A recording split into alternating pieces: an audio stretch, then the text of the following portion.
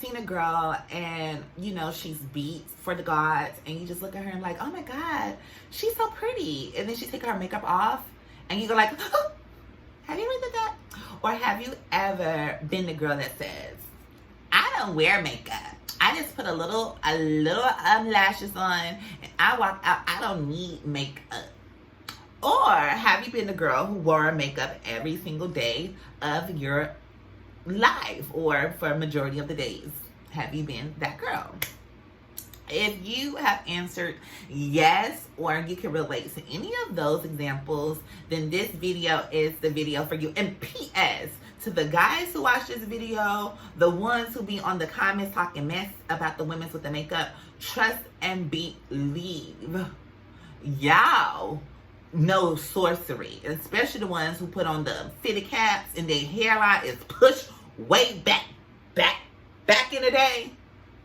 Look, so this video for me is hands down the most intimate video, the most personal video that I could almost cry, the most personal video you probably will see from me, because I don't have makeup on today.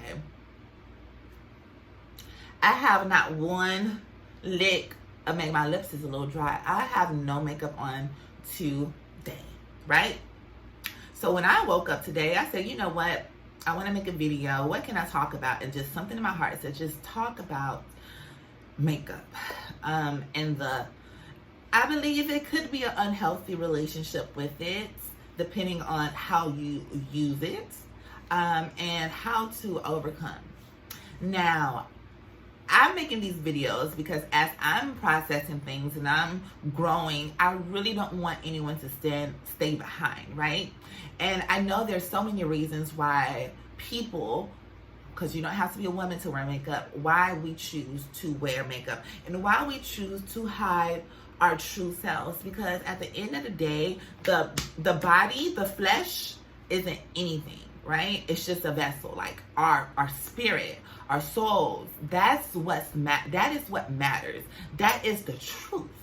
The bodies ain't the truth. But while we're in it, we adorn it, and while we're in it, we should take care of the body, so it really starts from diet and food, but that's not what we're talking about today. We're really talking about just the plain aesthetic of a person. Aesthetic. All of us have aesthetics. Some of us are considered attractive by the majority. Some of us aren't. Though I believe, again, that it's not your looks, it's your heart, it's your spirit, right? So I wanted to make this video as transparent as possible, because we need examples like this. We really do need examples of women in general who live in their truth and, accept their skin for what it is. Not everyone has perfect skin, and not everyone can go without makeup, or not everyone feels comfortable. We're programmed at young age that we should, be perfect. All those, the CoverGirl ads and all the celebrities, their faces are completely airbrushed and photoshopped, and we're constantly living in a filtered society. So having more regular individuals, whether male, female, trans, to get on here and talk. Now, my struggles with makeup it started before my transition. Before my transition, I would wear makeup because I was a very flamboyant. Boy. So I would wear makeup to hide my skin. That was kind of like teenage years. So everyone kind of has a little more problem skin during the teenage years. So I would definitely have a foundation that's not my color, and I would just pack it on. And it really caused me to have bad skin moving forward. And then I decided to transition. So when you transition, your chemicals like in your body, like your skin, for some people, not everyone, for me, my skin got completely better when I started to take hormone replacement therapy, which I'm happy about. My skin got better. It got smoother, and my blemishes kind of went away. But now that my skin was better, I had more things kind of working against me that didn't fit the status quo. So because I transitioned later in life, I developed facial hair.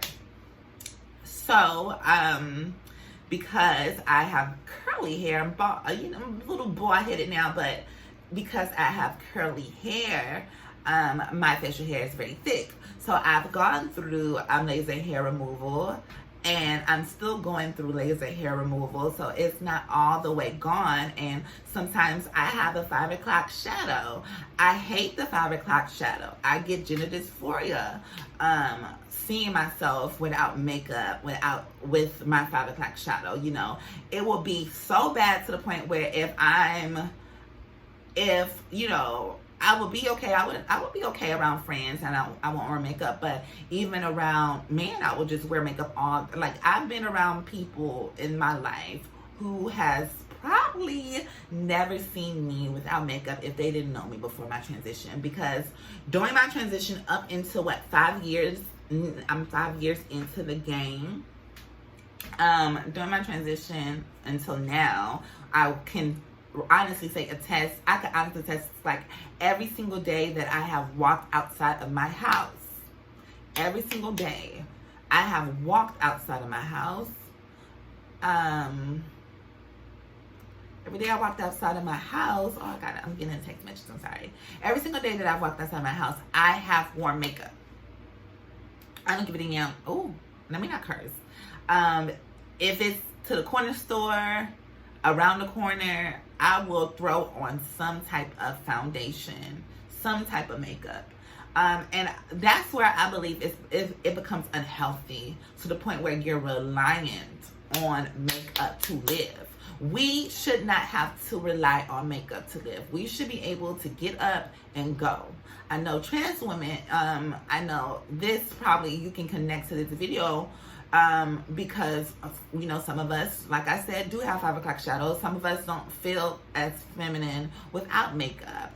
And sometimes when you are outdoors, you can be put in a predicament where people are looking at you, or you're outdoors without makeup, you may appear visibly more trans than if you were with makeup, and that could be an unsafe environment. So, you know, makeup for everyone isn't just an insecurity. Me, it was an insecurity, to be honest with you, due to my 5 o'clock shadow, which you can kind of put that into, you can kind of loop that into the gender dysphoria. But it also has been a survival thing for me, right? It's been a survival thing, because it's like, girl, if I don't wear makeup and I'm going to the hood and someone, you know, peek at me a little too closely, and, you know, they see that I'm visibly trans, then that can be a problem.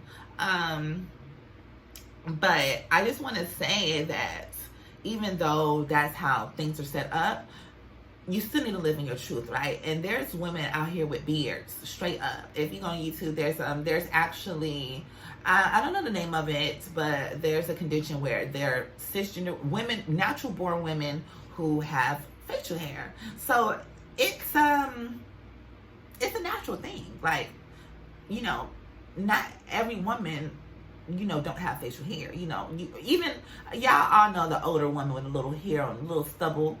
It's normal, right?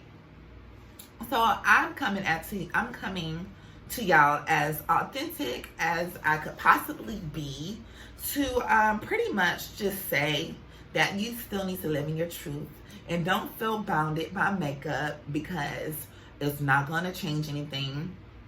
The body don't mean anything. I mean, you want to take care of it, but the physical and the aesthetic of the body don't mean anything.